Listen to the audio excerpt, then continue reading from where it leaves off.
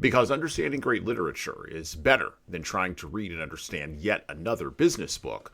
On the Leadership Lessons from the Great Books podcast, we commit to reading, dissecting, and analyzing the great books of the Western canon. You know, those books, from Jane Austen to Shakespeare, and everything else in between, that you might have fallen asleep trying to read in high school. We do this for our listeners, the owner, the entrepreneur, the manager, or the civic leader who doesn't have the time to read, dissect, analyze, and leverage insights from literature to execute leadership best practices in the confusing and chaotic postmodern world we all now inhabit. Welcome to the rescuing of Western civilization at the intersection of literature and leadership. Welcome to the Leadership Lessons from the Great Books podcast. Hello, my name is Jesan Sorrells, and this is the Leadership Lessons from the Great Books podcast, episode number 119. With our book today, well, it would have been Macbeth, but I didn't read the material, and this is a good opportunity for me to catch up with you as listeners. So we're going to do something else. We're going to talk about three things here with Tom today. Then we're going to let Tom go, and I've got to go. I've got to go down to Houston. So, and we were talking about Dean Martin before I started recording. So he had that great song back in the day. We're talking about I haven't eaten in about a week. I'm so hungry when I walk, I squeak. Something, and I'm going back to Houston. Dean Martin was great though. He was part of that Rat Pack. The Rat Pack. I was saying as before you hit the record button that the Rat Pack, which is fading from the memories of the general population. Right. Not a lot of people remember those guys, but I got to tell you, people who say they love music that don't understand the history of music should probably learn about those guys. I'm just leaving it at that. They were interesting characters. Well, Sinatra, Joey Bishop, Sammy Davis Jr., yeah. and Dean Martin. Yeah. Now, the Rat Pack was not, I must be very clear here, it was not George Clooney and Brad Pitt and Matt Damon. That is not a Rat Pack. That is a copy of a copy of a pack of rats. That's a pack of rats.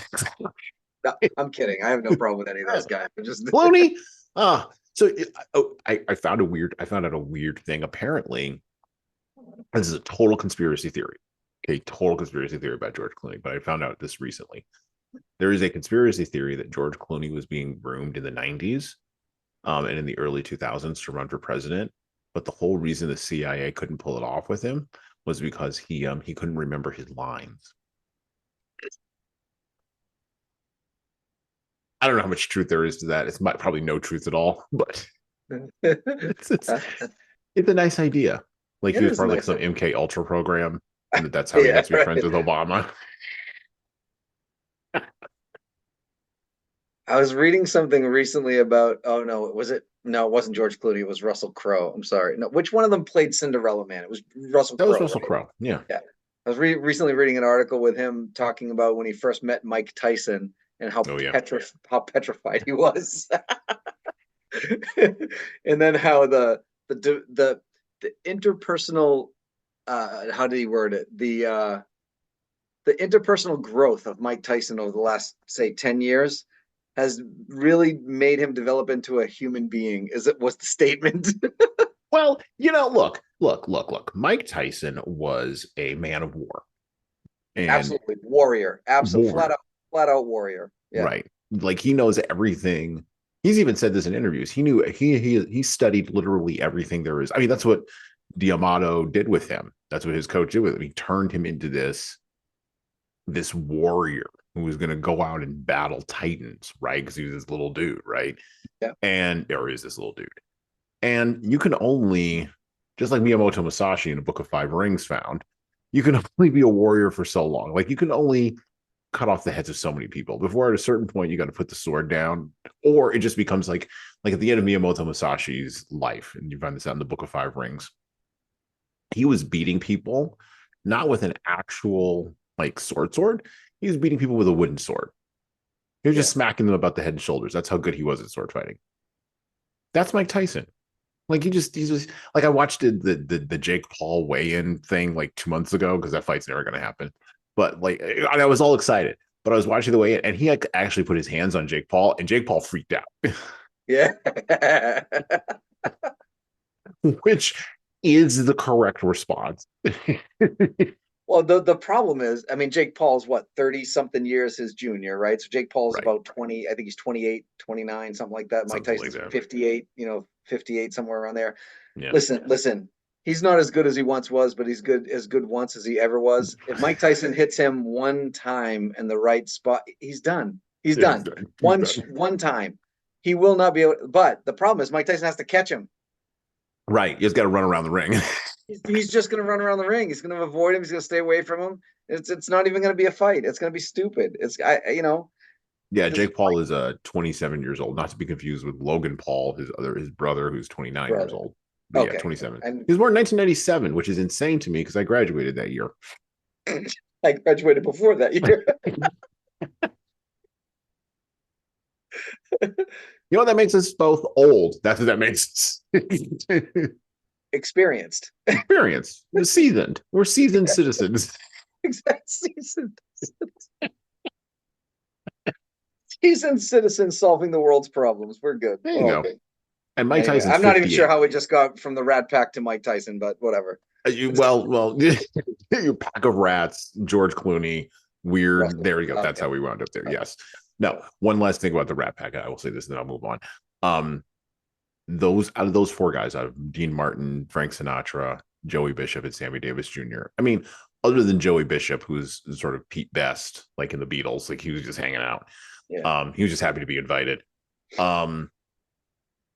All three of those guys, and people forget about this, they were actually a multi-talented and accomplished in multi-different areas, right? Like they could do movies, they could do songs. Back when all that was like really hard. Like there was no auto-tuning or AI. You actually had to be able to dance. You had to be able to sing. Like Dean Martin could actually sing. I've had a couple of Dean Martin records. Like he actually could sing. Yeah, he drank a lot of whiskey and he smoked a lot of cigarettes, but he gambled a lot, like legit gambled, but he also could sing. Yeah, I felt the same way when people talk about like another guy that pops up in my brain when they talk about like real talent, like that kind of generational talent was Gregory Hines. Oh, right. Oh my God, I haven't thought about him in years. Yeah. He's another guy that I watch him dance and it's literally like magical. Like it's crazy. And I can't think of anybody else that can do what he does in today's modern day, because to your point, if they're filming it and they mess up, they just fix it in post-production. Well, and that's the thing. Like, I think there's going to be, because Gregory Hines was in the movie from 1985, I think. Yep, I think this is correct. With Mikhail Baryshnikov, White Knights. Right. White Knights, yeah. White Knights, yes. Okay, so this is how I remember him. Because I might have seen it on TV when I was like a little kid or whatever. But he was good enough to dance with Baryshnikov. Right. That's how good he was. Right. Which is insane to think about. Like, but people thought of him as an actor, right? Like, but to your point about that multi-layered talent, that was very real back then, and I think that's not quite as real. I saw my wife and I yesterday were up in one of those little New England touristy towns, right? It doesn't matter. We were walking through the town center, and it's a bunch of little shops and gimmicky stuff or whatever. But I saw a T-shirt that I really wanted to buy because it had something to do with, like, I missed the days when it was more about the music than the way you looked. Right. So kind of to your point, we had some musicians back in the day, people, just to let you know, they were not very pretty to look at. No, we didn't care because the sound of their voice was amazing.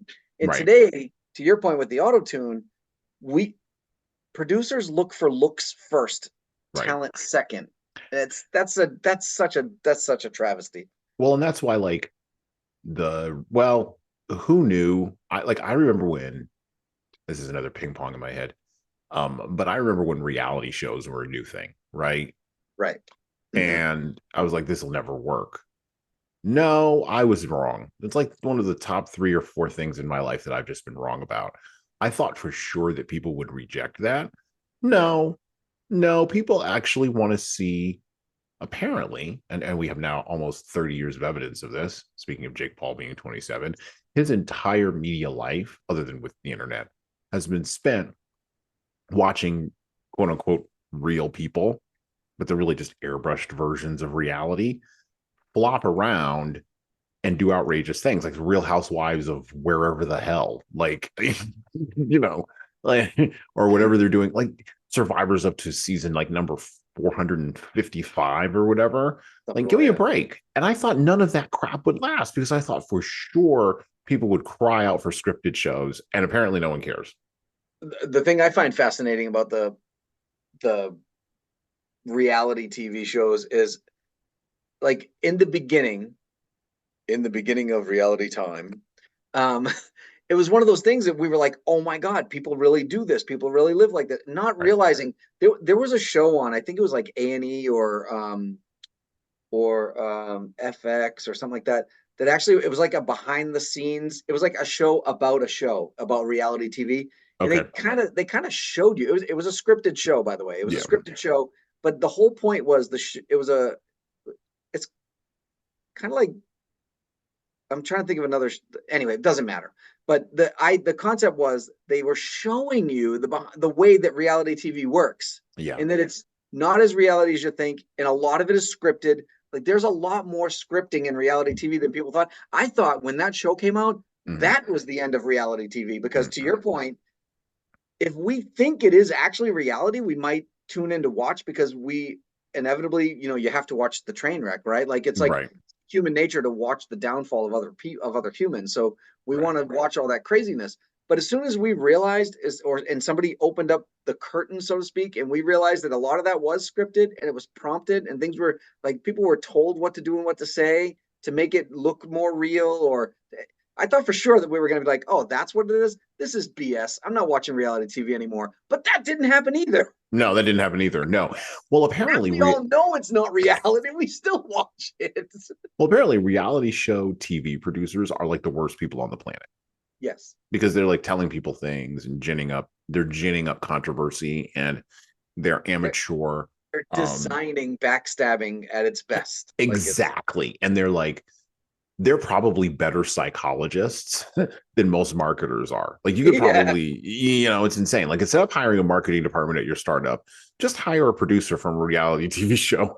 You'll be fine. Exactly. It'll produce almost the same outcome. But that level of just like manipulation of other human beings, crazy. I don't want to say that there's a special place in hell for people, because I don't like saying where people might go. I really don't, because I don't know where your transcended soul is going to be. I believe you have one. Whether you believe you have one or not, that's a whole other issue. But I believe you have one. I hesitate to determine where that will go. But there has to be some kind of punishment for that. I 100% agree. I 100% agree. There has to be some kind of punishment for that. Yeah, Gregory Hines. Okay, so we wound up with Gregory Hines. By the way, the version of Gregory Hines in the Rat Pack, just to wrap this up, was Sammy Davis Jr. Oh, for sure. But, he got almost, and it's really too bad, because Sinatra protected him and kind of got his career sort of going or whatever, because Sinatra was like, hey, I don't care if this is a black guy. Like, this guy's okay. Like, just let him in. Like, what the hell's wrong with you people? Let him walk in the front door, right? Right. But then Sammy Davis Jr., being independent, went off and married this Caucasian lady. I think she married some Swedish woman, if I remember correctly. And I think he converted to Judaism or something or whatever. And so I like the fact that, again, from Dean Martin to Joey Bishop, all those guys in the Rat Pack, they were all their own individual characters as well as being talented. And they didn't really care. And this is part of the other thing, because there was of the conformity of the 50s and 60s when they came around. They didn't really care what the broader society really thought about them, which now almost everybody pretends like they don't care what the broader society thinks, but almost everybody conforms. So you can't have the Rat Pack now. That's why I say, like, George Clooney ain't it. Anyway, all right. Glad I got that out of the way. Yeah. So since there's no book or play or piece of material today on the podcast, we're going to do like a mid-season catch-up. Going to talk a little bit about some of the books we've read this year, some books that we've got upcoming, including, interestingly enough, and I did not record this episode with Tom, we've got Lolita coming up. I'm going to cover that book. Oh, yeah, I saw Tom make that face. Yeah, it was an impossible book to read, by the way. And it made me really, really uncomfortable, and it was really, really icky. And I did it with a female co-host, which is I recorded that episode with a female co-host. That's the best. You can't, two dudes can't talk about Lolita. There's just no way. It can't work. It can't work. We just be creepy dudes. And it's just, you can't even see. Tom's not even saying anything. He's like, yep, just keep going. Hey, Tom, I'm gonna let him, it's his show. I'm gonna let him run the show.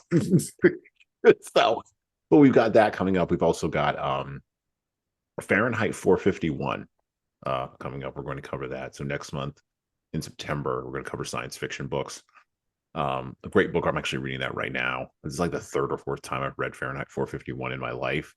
And I'm opening this up on the podcast episode as well. But it is shocking how preternaturally accurate Ray Bradbury was about everything that's going on now in relation to facts and information and knowledge. And of course, what exists on the other side of a totalitarian state. We're also going to cover Dune, Frank Herbert's big book. I have not watched either of the Dune movies. I know, you can whip me with spaghetti later on. I will watch them after I finish Dune, which I've got about another maybe 10% of the book to go, and then I'll be done. So I'll watch the movies after that. I don't want to be poisoned. And then I, Robot by Isaac Asimov. Yes, I know there was a Will Smith movie a few years ago, and the version that I have has Will Smith on the cover. I checked it out from my local library, and it's got Will Smith on the cover.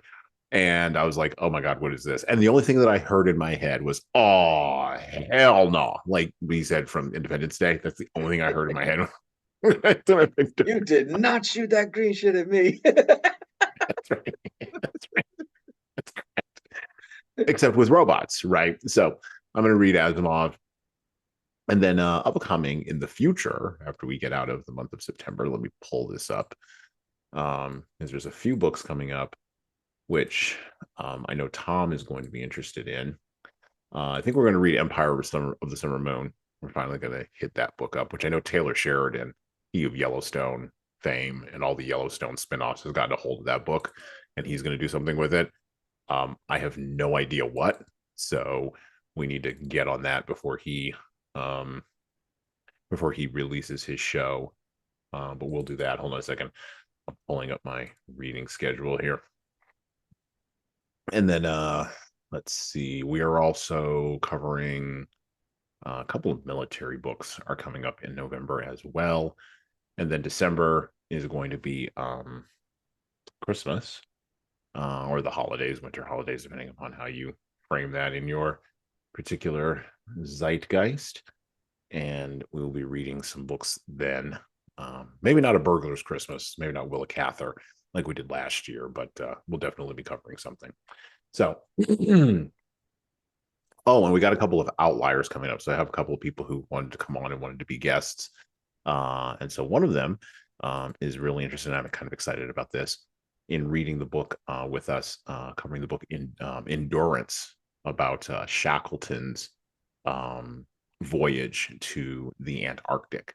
There's a ton of leadership lessons in that, starting with how do you keep people alive when all there is seal meat for 8 months?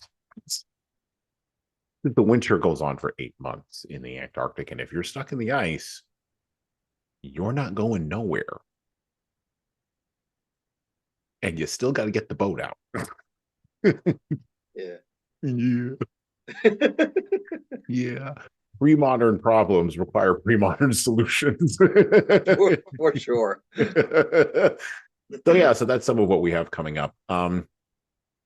Yeah, so yeah, here we go. Yeah, October, we're going to go. Oh, here we go. I'm very excited about this one. I had forgotten about it until just now. And it's not Empire of the Summer Moon, it's Sitting Bull, His Life and Legacy. That's the one right there. I have Empire of the Summer Moon on my bookshelf, and I just haven't cracked it yet. History of the Peloponnesian War. That's it, with Thucydides. Oh, and All Quiet on the Western Front. Yes. Which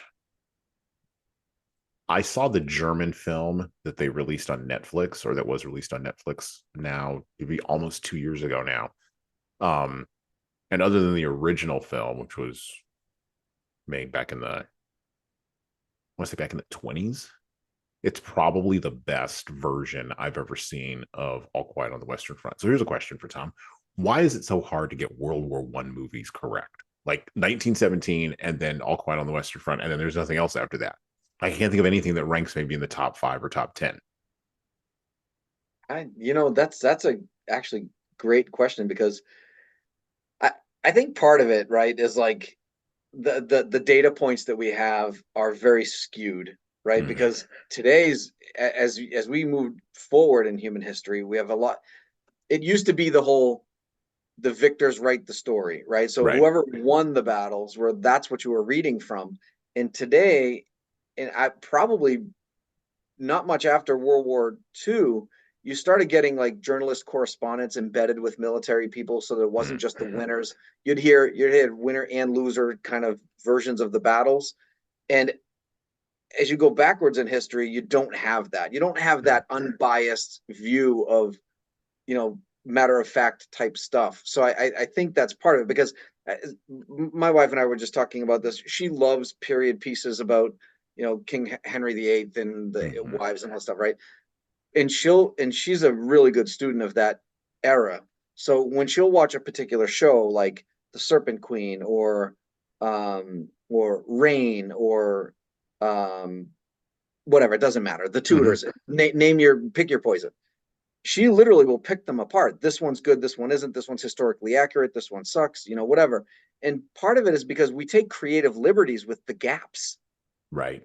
Yeah. Right. So we can only assume the losers were thinking this, or the loser of this battle was thinking X or Y or whatever.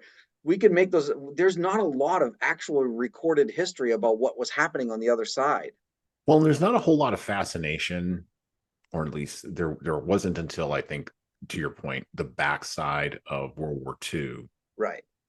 Up until now, which we now just sort of take it as de rigueur, right? Or, I mean, we're almost 100 years away from World War II. So, like, we're just like, yeah, okay, this is the way it is.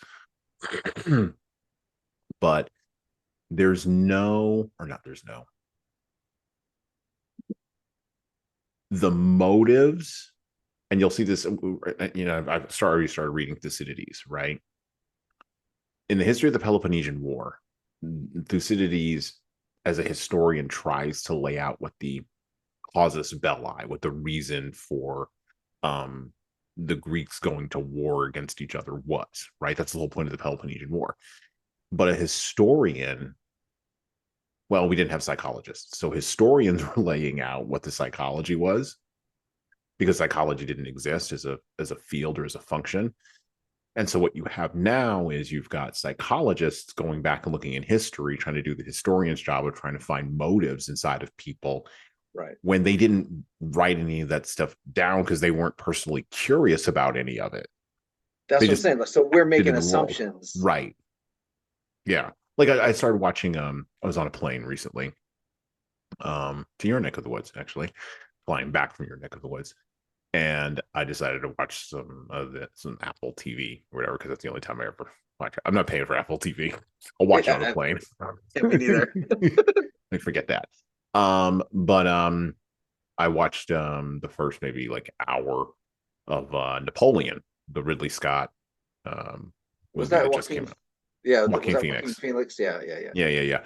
And what struck me about that was, particularly in his relations with the wife, Sophia, I think is her name. Napoleon, the way that Joaquin Phoenix played Napoleon, he played him like quite frankly, like a disaffected beta male who was going out to conquer because he couldn't control his woman, right? But that's the image, that's the message they wanted to get across. Because otherwise, what kind of movie do you make about Napoleon? Right. He was a dude who, the way he behaved with such unexamined confidence that to tell that story to a modern audience where reality TV is the thing, and we're like, ooh, we're going to see inside of a person's psychology and what their motives are. And we're going to find out that they're just as twisted and weirdo as we are. Back then, people were just like, no, just go be a world beater. I don't know. Like, this isn't hard. Like, what do I don't need to know. I don't need to know that, like, your mama didn't hug you enough. Like, I don't care. We just go do stuff. Right? Whereas now we want to know the mama didn't hug you enough stuff. We want to know that, like, oh, my daddy took away. Well, because now we are looking for forgivable attributes, right? And back then they didn't care if somebody forgave them for their attributes. They weren't worried about that. They weren't worried about that. Like, there's a great scene in the Royal Tenenbaums, where Gene Hackman is being sued by the youngest son, being played by Ben Stiller, right? Yeah. And Ben Stiller says, maybe it's Ben Stiller? Yeah, he says, and it's a cut scene. This is brilliant. He goes, Ben Stiller says, he stole, like, bonds out of my safety deposit box when I was like 10. Because that's, like, the reason that he's, like, mad at him. And Gene Hackman goes, and just laugh. And I'm like, that's brilliant. That's it. And so the response to that sort of psychological whatever pushes on how we, to your point, pushes on how we see the past. But it also, I think, prevents us from being able to just look at past events just as they were. And World War One, just to sort of close this loop, World War One is such a complicated war. Like, when you read John Keegan's history of World War One, I've said this before on the podcast, and maybe we'll cover that book at some point in time, because it's an amazing book, very dense. But you don't realize just how much of World War One was driven by imperial, not even imperial ambitions from the empires and all that. It was driven by train schedules. Oh, right. Like how quickly could you get, people from Budapest to the front over there? And if you could do it faster, because the train was a new technology, if you could do that faster than the Russians could, then boom, you could set up a position, beat the Russians in an open field, and they'd all go home. Because that's how wars had been won, like, for the last, like, 3 centuries in Europe.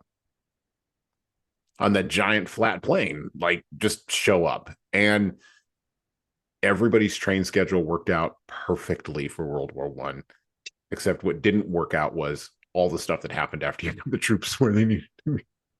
Like, they didn't seem to have a plan for that. That train schedule was obviously not run by Amtrak. Well, this is where Hitler, a generation later, who, again, take what you want, he managed to survive World War One. Like, you can't take anything away from that man. Anyone in Iron Cross, like, okay. So this is where he broke up the model, right? This is why he was so disruptive in Europe, because, and I'm not admiring him, I'm really saying this is why he was a disruptive actor, because he looked at all that train schedule nonsense and just went, oh, we have a plane? Oh, we can just blitzkrieg people? Oh, yeah. Do that. do that thing. Go over there and do that thing. And his generals couldn't disagree with him. Even Rommel was just like, yeah, okay, that right. Why would we worry about trains and, like, horses and stuff? So, like, we're just going to invade Poland, and they have a horse army, and we're just going to run over them. And it's weird how the Poles and, well, the Poles, the Russians, the English, and the French were the major powers, of course, on the continent at that point in World War II, had no clue. Like, they were still operating on World War One mindset. Like, oh, we'll just have trains show up and it'll be a trench warfare and it'll be fine. No, he'll be in Paris in a month, marching down the Champs-Elysees. Like, it's going to be a problem. And Napoleon's not there to save you. And Napoleon's not there to save you. That's correct. It's edge of Charles de Gaulle, and less said about him, the better. Anyway, point is, I think us trying to dive into those motives, I think, is why we don't get good stuff out of World War One. Yeah, but again, it's not even just World War One. Anywhere backward like that, I mean, it doesn't even, the 300 or, Yeah. like it doesn't, you know what I mean? Like any of those films that start, and it doesn't even be film, books or whatever. That's Books. Yeah. you're speculating at that point because Right. there's no written history about the other side. Like the other Right. side is my one of my favorite comments. I had a friend of mine who was from England, and it was 4th of July, and I had asked him, "Are you celebrating 4th of July in any particular way?" And he was like, "You mean Treason Day?" Like, because again, like I didn't think of it like that. But apparently, there's another whole history about what July 4th, 1776 was that we don't care about. We give it no credibility whatsoever because it's not our version of the history. But I think if we collaborated with a here's my idea. Oh, careful collaboration. You're saying collaboration. Careful. We're gonna get a film studio in the United States, and we're gonna get a film studio in England. They're gonna collaborate on an actual movie about the 4th of July. Let's see what this looks like. Well, yeah, let's see how Cornwallis does in that one and see how he shows up. I mean, we know the end results, but we don't We know do. all that. Like to your point, a lot of the stuff about those things are speculated on, and they're assumed, and they're well. I mean, if we actually go talk to the people who lost that war, we might get a different perspective. Like you look at the English with Gandhi. Like they thought Gandhi was just a rabble rousing schmuck. Like even Right. Winston Churchill did not like Gandhi. He was like, no, I hate that dude, and I'll cross the street to hit him in his cart. Like if I see him ever. And Gandhi didn't like Winston Churchill either. He's like, well, who? Who are you? I don't leave. Just go. Yeah. But it isn't until after World War II that you start to get both those sides. And by the way, we did bring this up. I actually brought this up with DeRollo in my July 4th podcast we talked about, or July podcast, we talked about the Federalist Papers in the U.S. Constitution like we do every year. And look, all those guys who signed the Declaration of Independence, every single last one of them knew that if it didn't work out, they were going to be clapped in chains and sent back to England. Now, DeRollo made the point, and it is a valid one, and I think we probably should consider it. Probably about a third of those guys would have paid their way out. Yeah. Right. Thomas Jefferson didn't have any money. Alexander Hamilton didn't have any money at that time. So they probably would have run. They would have cut and run. But like George Washington, he had a little money. Well, not only that, but he was useful in other ways. They would have figured out a way Right. to kind of torture him into submission. Something. Yeah. But then about another third of them would have rotted in prison. And then the bottom third of them, the guys who like we don't think about, like the founder of Rhode Island, right? Or Benjamin Franklin even might have wound up on the dock, and they might have wound up just executed, because that's basically what they draw and quarter you. Like that's what they did back in the day, you know. And that's sort of how the breakdown would have gone. And then the United States probably wouldn't have been any better than Canada, you know, subsequent years. But yeah, and that's where you get the idea from like Rage Against the Machine that, you know, and others as well, Marxist idea that the only difference between what is it, a person who's celebrating history and a person who's not is whether they won or lost. And Elon Musk pushes back on that and says, well, you know, the losers live long enough to get to write their Wikipedia article, so be careful. Yeah. He's not wrong, though. He's definitely not wrong. He's not wrong about that. Speaking of which, I did hear recently, this will timestamp this, that SpaceX is actually sending rockets to get the people Boeing put up that are lounging at the space station have been for the last 8 months. Yeah, they've been hanging out. Except the problem is the NASA spacesuits that they have, that they took up, won't fit on the SpaceX rocket that's going to bring them down. And so he's going to send them up some spacesuits too. He's like, yeah, just compress the spacesuit, send them up there with a rocket. It's fine. Thank you for calling me. I appreciate it. You have a good day. Always here to help. Always here to help. My God. Good Lord. Oh my God, to be a late stage empire at this time. My God, what interesting times. Anyway, so back to the book list. We're also going to be covering a couple of other books that I think would be interesting for our listeners to know about. We'll be covering Huckleberry Finn right around election time with Libby Unger. Fear and Misery of the Third Reich by Bertolt Brecht. I might do that one, or I might do Hannah Arendt and The Banality of Evil. And then in Christmas, or right around the Christmas holiday, New Year's time, with Tom, we're going to be covering The Gift of the Magi and the short stories of O. Henry. Gift of the Magi is a great little story, as well as with Ryan Stout and Momen Kazi, Oliver Twist. Oh. Yes, sir. I would like to have another. All right. And then that'll round out year 3 of the podcast. That'll round out our 3rd year. Next year, we're going to do books like Soul on Ice. We are finally going to do, and I've been getting a lot of push for this, but I started with Fahrenheit 451 because to go directly into these books is kind of overdone in our time. But I'm going to go there next year. It's going to be a 1984 and A Brave New World. I'm going to do both of those. I was wondering about that too. Yeah, I'm finally gonna bend. Well, because everybody's doing political left, political right doesn't matter.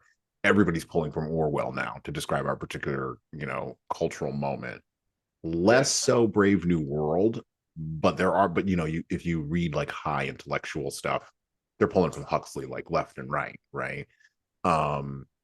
And they're both books that are so, along with Animal Farm, so deeply embedded into the slipstream of post World War II thinking about what we need to avoid with totalitarian tendencies and leaders, that I have to think of a different way to get into those books than just the common way. And it's taken me like 4 years to figure out how to get into both of those. So you may pick your book, you may pick your poison. You have time to think about it. You got like 6 months time to think about it. It's not until like June of next year. So good to go. And then, we're going to do Eldridge Cleaver, Soul on Ice. So I've been wanting to read that book for a long, long time. And based on the recommendation of another individual, we're going to do Stranger in a Strange Land by Robert Heinlein next year as well on the podcast. So got good stuff coming up. Very cool. Books just keep on rolling. I will never run out of content. I will never run out of books. It's just you should never be able to. But, oh my god, it's going to be endless. Speaking of changes and upcoming things, so if you're watching the video version of this podcast, if you're listening to the audio version, you probably will hear minor differences. But if you're watching the video version of this podcast, you will note that my background has significantly changed over the course of the last few episodes, because I'm actually moving out of my house, which I had a studio in my home office. I am relocating that, and I'm relocating to a different house. I won't tell you where. It's an undisclosed location. I don't need you people coming to find me. Thank you. And so I'm moving out of my house, moving my studio, and I'm actually working with a local organization, which I'll talk more about this a little bit later on. We are finalizing building a standalone podcast studio inside of a co-working space. So I was actually over there this weekend putting in some of the final touches. We're getting ready to move in the equipment. And then the video version of this podcast will, for want of a better term, will explode. It'll be kind of amazing.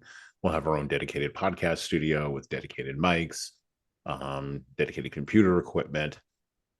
Oh my gosh, it'll be kind of a little bit like a Joe Rogan setup. We'll have a screen where I can bring in people live, like Tom, and can bring them in live, and we can look up information. I can have my producer there, look up information, research things, fact check ourselves. It's going to be great. It's going to be kind of amazing. So I'm very excited for that, and we'll be able to have live guests. We love having Tom on Zoom, and whenever he comes down to the geographic area that I'm in Texas, we will have him live in the studio, which will be amazing. But we will be able to do live guests now and do more local guests who are within like an hour radius from where we're at.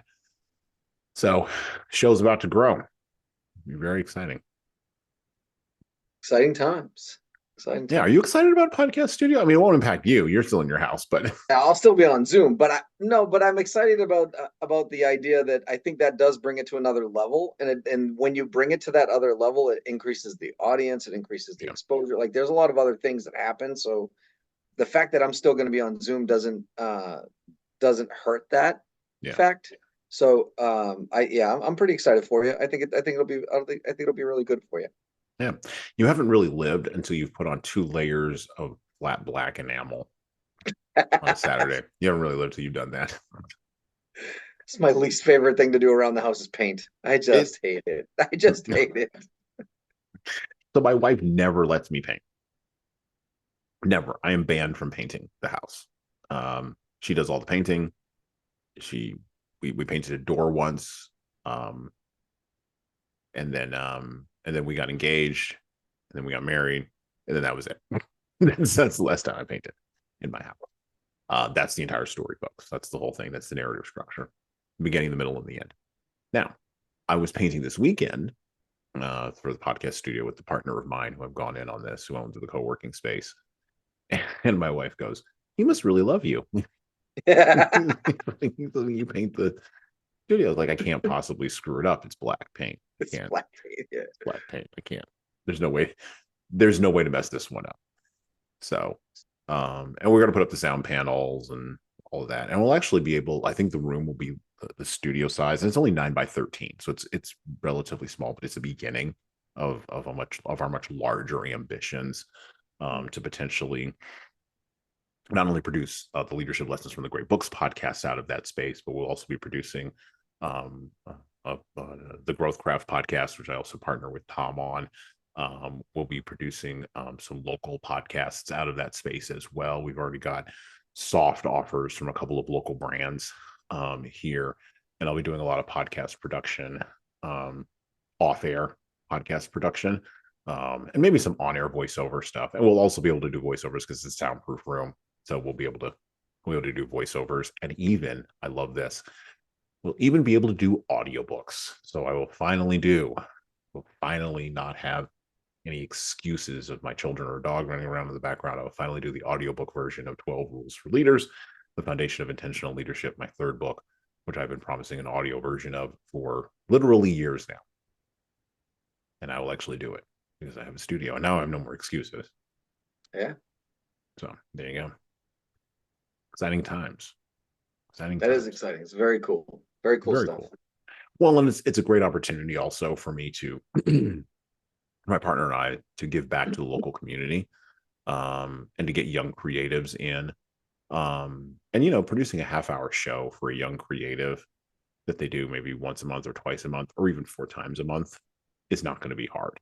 And we'll eventually hire a couple of production assistants and start to scale this sucker. So it's going to be good. So 10 years from now, we'll have Jesan's production studio, Jesan's production company. It'll be just a big production company. Well, long term, it's interesting that you say that. So long term, we want to bring in videography, we want to bring in video production, and we want to bring in photography as well, and maybe even graphic design. And for the local town that I have, there's a marketing company that does some of that, but they do it in just the narrow band of marketing. That's really how they offer it. But once you expand outside of marketing, then you're talking about creatives that are basically needing a space to work. And so that's fundamentally what we would be offering, or what we are going to begin to offer down the or that that's a seed that we're planting so that we can offer that down the road. But yeah, 10 years of an overnight success, right? Absolutely. It's never not 10 years. It's never less than 10 years. Nobody. Every overnight success I've ever heard of has a 10-year story to get there. I've never heard anybody that was legitimately an overnight success.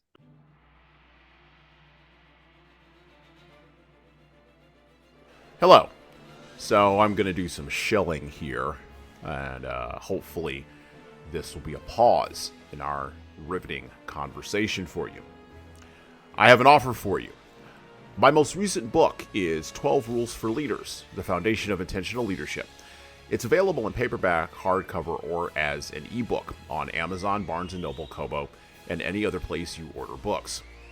Now, in this book, I address the 12 leadership areas that I have found leaders need to be the most intentional in to be the type of leader followers actually want to follow.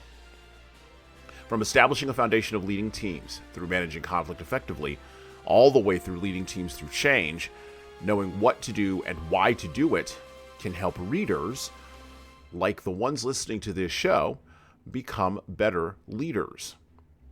Look, reading this book and living it is like getting coaching from me directly without having to pay my full coaching rate. Head on over to leadershiptoolbox.us. That's leadershiptoolbox.us, and scroll down the homepage and click on the Buy Now button to purchase in hardcover, paperback, and Kindle format on Amazon 12 Rules for Leaders, the foundation for intentional leadership. And that's it for me. Now back to the show. Even Taylor Swift, like weirdly enough, like apparently she's been grinding on things forever before I ever heard of her. Right. I just heard her last year. I had no idea who she was. No, a year ago. Stop it. Really? No, I'm not. I'm dead serious. I had no clue who she was. Oh man, no, she's been very big, very popular for quite a lot longer than 1 year. But I will tell you that she started her career, her very first start, she was like 10. Like when the very first time she was ever like on screen or like playing her guitar in front of an audience or something like that. And like if you go back, look up something like from her, I forget again, it might have been 10 or 12, something like that. But then when she hit her first, like when she became like a big sensation or whatever, it was 12 years later. Like it took her 12 years to grow that audience. That did not happen overnight.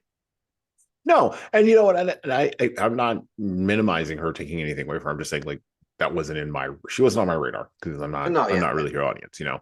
I get that. I'm not her audience either. I just know who she is. And I'm not a fan of her. I would definitely not classify myself as a fan of hers. But one thing I do appreciate about her is that she is very smart when it comes to very particular things. She is very smart when it comes to her own branding, when it comes to her own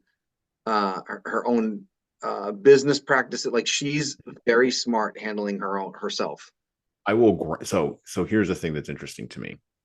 People think that the art is the thing, just like people think, like marketers. Some marketers think that the marketing is the thing, or some salespeople think the sales is the thing, or even like in my space, some people think that leadership development or organizational development is the thing. And if you just noodle down enough on that thing, somehow money will come to you.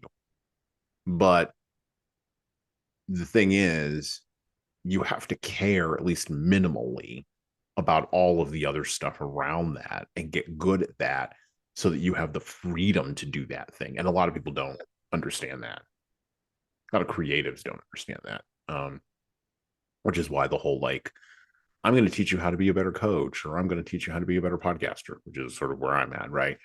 Or I'm going to teach you how to be a better this or better that market exists because you have all these creators that they just want to do their creative thing. And they don't want to have to think about marketing or finance or sales or any of that kind of stuff. It's one of the reasons that partnerships are so important in the startup world, right? If you're starting something out and you're by yourself, the likelihood of success is lower than if you have a couple, like a partner or a couple of partners. Because you have different skill sets. If you're partnering with somebody if their strengths and weaknesses are opposite of yours, you have a much higher chance of success. Well, and you have to be careful who you pick as your partner. I mean, Seth Godin said this infamously years ago in a book. I can't remember which book he wrote it in. And he might have said it, and he might have written it on his blog, so it doesn't matter where I heard it or read it. But he said, you can date a whole lot of people, but you only get married once. And dating a partner is like getting married, and you only really want to do that, one time. But he said the challenge is in a startup, or if you're a creative like a Taylor Swift type, you've been struggling and grinding for so long and no one's giving you a pat on the back and you've just done it. And then all of a sudden someone comes along and says, hey, I've got all this money and I think you're a genius. And you just go, oh, thank you. And you sort of collapse into their arms. And that might not be the best thing for you to do, because that savvy there of being able to judge, is this person going to be a good partner long-term? And, the person that I'm partnering with on the podcast studio, he's a great guy. It's his side gig. He's doing other things. So he wants to make it work for sure. But he already had, sort of the top line revenue piece going before I showed up with the podcast piece. And so we've really been good at beginning to define our roles very clearly, like who's the hardware, who's the software, what is this thing here, what's this thing there. And now we're in the space of sort of formalizing that on paperwork, but it took like a year and a half of us talking to figure that out. And I've done partnerships with people before where I jumped too early and it wound up being a mess at the end. And, you have to let that person go or it doesn't work. And then I've also had the situation where these people say they're a partner or they're your partner, but um, they're not in the day to day with you on the regular on some projects. They'll have an opinion at the end about the project, but on the day to day, they're not there. And that's okay because they trust you to do the thing, but at the same time, it creates a different kind of dynamic. So I just think that that's something people have to, leaders in particular, core creatives have to really look out for. And Taylor Swift is probably a really good example of that. Not taking anything away from her. Okay. Well, we talked a lot about a lot of things today in the podcast. Well, we have 9 minutes. So here's something that's been popping up on my radar. We're a book podcast. It's also a leadership podcast. And I want to float this by Tom, see what he thinks about this. So I've been reading in sort of high-end substacks about literary substacks that I follow about the lack of young male writers, contemporary young male writers. So, and this is something, by the way, that I've been noticing for the last 10 years. So when I go into Barnes and Noble, the vast majority of new contemporary fiction that I see, or even contemporary nonfiction that I see, is written by women. Now, I'm not necessarily saying that I'm not saying this is a bad thing or a good thing. I'm really noting it as a data point. Now, the back catalog of not contemporary, the back catalog of fiction is dominated by men. Stephen King, John Grisham, names that you know, right? But new male writers coming up, I see very little of. And so I've been following a lot of these substacks that are talking about this. And there's various reasons given why this is a challenge. But what's really interesting is the lamenting about young male minority writers not coming up, particularly young straight male minority writers not coming up. Because if you're LGBTQ, there's a space for you. But if you're a straight male minority writer writing in a nonfiction space about the raw vulnerability of, I don't know, your identity or whatever, or dealing with women or any of the kind of stuff that maybe Ernest Hemingway would have written about in A Movable Feast, which is a book that we covered on the podcast. If you're writing any of that kind of stuff, the dearth, that means a lack of those types of voices, is something that is now being lamented. And it's interesting because the publishing industry is so narrow and insular that it tends to focus on things that 99% of other people don't care about. But this one's really interesting because I've noticed over the course of my life, and this is why we read older books. We do read some contemporary books, but we tend to read older books on this podcast. I mean, Shakespeare, there you go. That the kind of sort of male-oriented writing that you would see in the 18th century or even the 19th century just doesn't, or even the early 20th century, just doesn't exist anymore. It's just not there. Like I don't think Ernest Hemingway would be published today if he were writing at 20. Yeah. I think he would just fade into the background and like play video games in his house. Like I don't think he or put on VR headset from like Meta and like go to Paris that way. Ernest Hemingway playing video games. Just see the image in my head now. So with the last few moments that we have today, what do you think of that? What do you think of that idea? Because I've been reading a lot about this, and it's sort of has been a lament. And I want to actually pull up a specific quote that I saw while you're thinking about this. But do you have any thoughts on this? The funniest part is I actually didn't really think about it too much, and I don't know why I didn't think about it too much. But I mean, you're right. I don't think there's any argument against what you're saying. I don't. Is it partly because the world has heard enough from men and it's time to you know I will bring this up from a Substack called Crowdsource, Wisdom of the Crowds. You can find it on Substack. I'm not recommending you subscribe. I'm just saying this is where I'm pulling it from. The way the source is there. And Crowdsource describes itself on Substack as a weekly guided tour of the latest intellectual disputes, ideological disagreements, and national debates that piqued our interest or inflamed our passions. Which I think that's kind of quippy. And maybe Hemingway wouldn't play video games. Maybe he would just write a Substack. I mean, that might be the direction he might go in. He'd have a Reddit or a Quora. Yeah, something like that. Quora. Forgotten about that thing. Speak your, and so the first bolded headline is "Speak Your Young Male Truth." Last July, and I'm quoting directly from this, our own Christine Emba, apparently writes for this Substack, shook things up with a major report about the American male who, quote unquote, struggled to relate to women. They didn't have enough friends. They lacked long-term goals. Some guys, including the ones I once knew, just quietly disappeared, close quote. You'd think a societal bumper crop of mopey men would at least have plenty of opportunity to turn their aimless energy into angsty art. Why has the opposite happened? This is the question Kate Tobin asked in a big essay last month. There's a click on a link there. I'm not going to click on that. And the quote there, I guess, is the money quote from Kate Tobin says, or KT Tobin says, quote, young men appear to be glaringly absent from the contemporary canon of popular authors writing about sex and intimacy. And then there's another quote in here from Andrew Borgia, who is where I picked it up from. And he says, it's fear that keeps young men from writing such books. That vulnerability, that rawness that people seemingly want may very well sound too rough, cringy, uncultured, un-PC, unwoke, or whatever the hell you would like to call it, close quote. And he actually believes that mainstream publishers do not actually want such books. Interesting. I don't often talk about this because this is deep inside baseball, but I self-published 3 of my books, and I'm probably going to self-publish the 4th because I didn't think I could get a book deal. I didn't think a guy like me could trot a 60,000 word manuscript up to some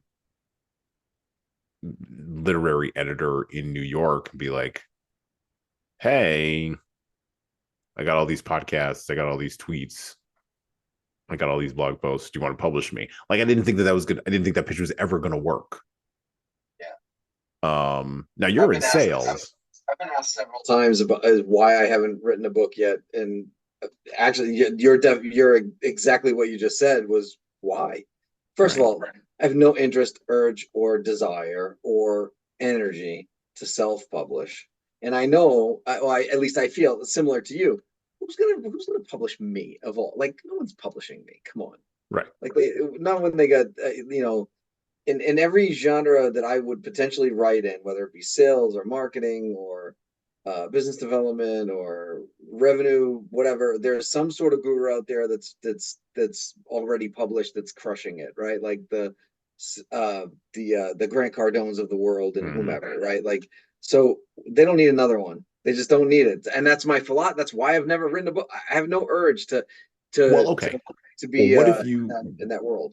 What if you wrote a book from your quote unquote lived experience? So you identify as a Native American, you have a lived experience there, because that's what people want. Well, no, I'm sorry. That's what literary agents push to publishers, right? So when I imagine myself walking up to a literary agent with this face and this voice,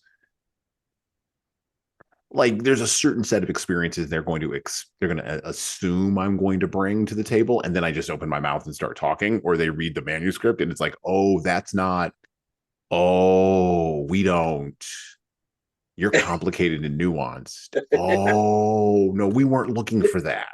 We were looking for something else that we could like put in like Barnes and Noble in the front cover in the front window. There's a new movie coming out. Oh man, what is the name of this? I really want to see it.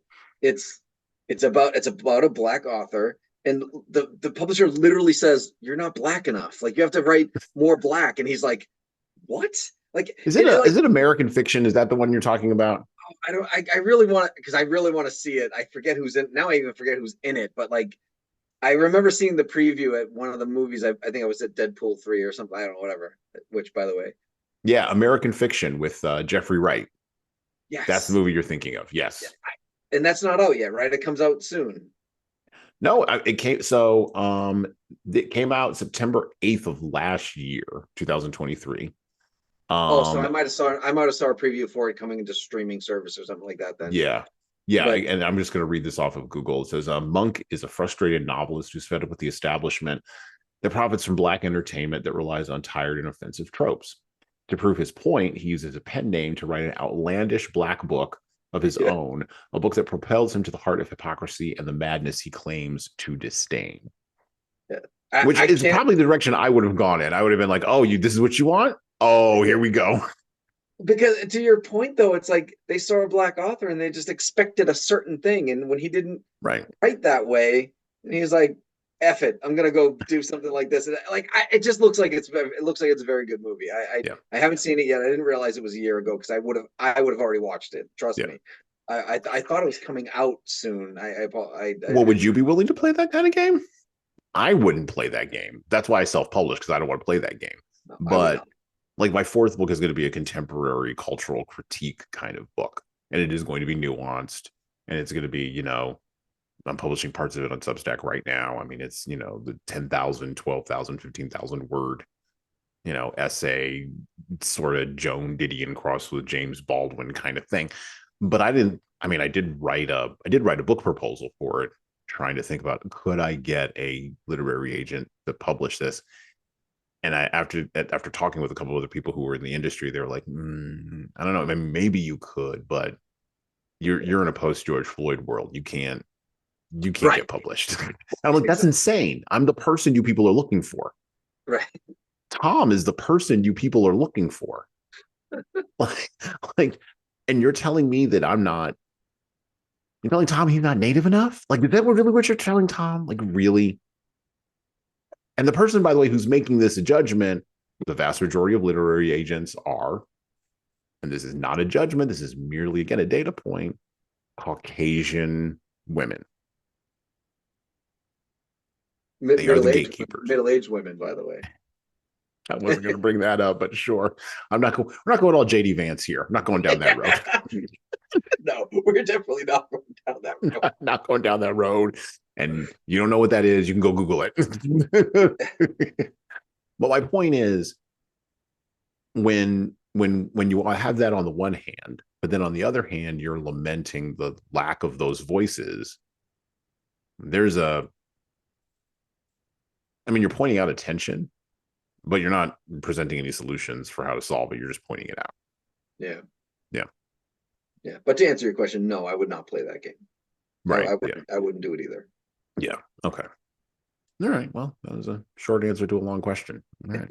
I think I think we covered everything. Oh, well, hey, what has been your favorite book that we've covered so far during this year? Because you've been on several episodes. And you've covered everything from, we've covered everything from oh gosh, just looking at the list here. We talked about War and Peace, which is our most downloaded episode, by the way, this year. That is the most downloaded episode that we've done. Little Women, To Kill a Mockingbird. I know that was and we're going to release some video clips on that coming up fairly soon here. Let's see. That is one of that was probably my favorite, only because it was also one of my it's probably in the top 3 of my favorite books of all time. Yeah. It was To Kill a Mockingbird. It was outstandingly written. Even the movie adaptation was good. Like that Right. was the other thing too that was just rare. Like it's rare you find that the movie adaptation of a book is so well done that it's that the characters in the movie really make you feel like they're playing the actual characters in the book. Doesn't Right. really happen very often, at least especially not today's world. Which, by the way, if you're going to go read and then watch Dune, it's probably one of the few occasions where I think more modernly that has happened better than in the past. So which version? The characters in the movie are actually believable to be characters in the book. Oh, okay. That All right. doesn't happen very often in modern day adaptations. Yeah. Sometimes you watch the movie and you're like, that's not what I was thinking was the book character. Like you don't really put the two together. I think Dune did an all right. I think they did an all right job with it. Okay. So that Timothy Chalamet kid does fine. Yeah, I think he does an all right job. I'm not saying it's outstanding. I'm saying it's Sure. not Gregory Peck, but I It's think not it Gregory Peck or Gregory Hines or any of those guys, but right. At least I think it's at least believable though. I yeah. think mentally you can make the connection to the two. I think Okay. which is Cool. more than you can say about a lot of recent book to movie types of scenarios. Well, and it's interesting because I think we are in a weird cultural inflection point where, and this ties into the contemporary author too, where like we would be remiss to not say that we don't have a conformity of voices clustered around particular cultural areas in our world, particularly in America. Like we Yeah. would be remiss to say that. We would be lying and we'd be confusing ourselves. And I'm not saying this is a good thing or a bad thing. Again, it's one of those data point things. We do have a conformity of voices clustered around certain areas, right? And that's reflected by who the gatekeepers are in those areas. So if I want to make a movie about Fahrenheit 451, and again, I have no problem with Michael B. Jordan as an actor. It's zero problem with that, right? But we got to race swap the character in Fahrenheit 451. Like we have to, because the current cultural gatekeepers demand that. You can't do a close to original version of what Ray Bradbury was doing, even though, by the way, Ray Bradbury never brings up his race Oh, at all in right. the book. Yeah. Ever. He doesn't bring it up at all. As a matter of fact, where he brings up race in the book, interestingly enough, is with the girl Clarissa, who winds up disappearing. And that becomes sort of the motive to move Montauk forward. But Montauk's race is never mentioned. So Montauk could have been a black guy, or he could have been an Asian guy, or he could have been anybody, right? Right. Now, contemporarily, we say, well, that gives us freedom to okay, all right, fine, whatever. But that's the clustering, right, that we have. And so to do a pure, but we also have the other tension on the other side of that is, and people don't want to acknowledge this, but when you have that sort of clustering around certain cultural mores, certain things you can say and certain things you can't, to back to that quote about being un-PC and unwoke, like if you want to get interesting writing, you have to say things that are against all that cultural clustering. And you're not getting that. If those voices just aren't showing up, then who's writing? And this is my major problem with like Star Trek these days and Star Wars. Who's writing? Like who are they writing for? They're writing for the cultural conformists, and they're clustered in their particular area, right or wrong. That's what they're doing. And so they're missing out on all these other people that may want to see a pure adaptation of whatever the information is, or just original writing that I'm, might be like interesting. I'm starting to understand why you like Curb Your Enthusiasm so much. It's now it's starting to settle in now. I'm looking for the voices that are antithetical to that cultural clustering. Yes, Yeah, and Larry David was one of those. Is one of those totally, voices. totally opposite. Right. Oh my god, so much, because you know what? He looks at those voices and he goes, "Really? That's uh, uh, uh, I don't think so. Yeah. I'm not gonna do it like that. I'm I'm not not gonna gonna do say it. it like that. I'm just gonna wing it. Like that's Why do I have to bring something to the party? You invited me. yeah, What are we right, doing? right. I'm not enough. I got to bring this bottle of wine and some like bread too. Like, I'm bringing What was the other gifts. one? Ben Stiller when Ben Stiller invited him to his birthday party and said no gifts, and he brought no gift, and everybody else brought a gift, and he's like, but he said no He said no gifts. gifts. He said no gifts. If you want to give, tell me to bring a gift. If you're telling me not to bring a gift, I'm not bringing a gift. Like I he goes, asking for no gift is just the polite thing to do. You're supposed to bring a gift. No. If he says no gift, I'm not bringing a gift. Like that, I'm with Right. him on this one. Say nothing. Say nothing. I'll bring a gift. Right. Tell me not to bring a gift. Guess what? I'm not bringing a gift. I'm following you. You said I don't exist in your head. You said something. It fell out your mouth. And Right. then you get all mad when I do what the fell out your mouth was. Oh, well, you're supposed to understand these other. Who drove my wife crazy when we were first married? I guess I'll close on this. Drove my wife crazy when we were first married because I would often say, when we would do these social gatherings and have these little social interactions, I was like, who had the meeting that decided all this social stuff? Because I wasn't at that meeting. No one invited me. No one asked my opinion. They just sort of expect me to go along. Why do I need to go along? It doesn't. Well, it'll make everything run smoother. Everybody knows. Who is everybody? Who are people? Yeah. But that is what Larry does. Larry's sort of a cathartic, and I have had several times in my adult life what I call Larry David moments when I am in a social situation and I just go, no, I'm not. You said this one thing over here, and you said it just to be saying things and putting error in the world, when in reality you could have said, to your point, you could have said nothing. And we would have all been fine. But no, you said something and now you want me to behave this way, and I'm just not going to.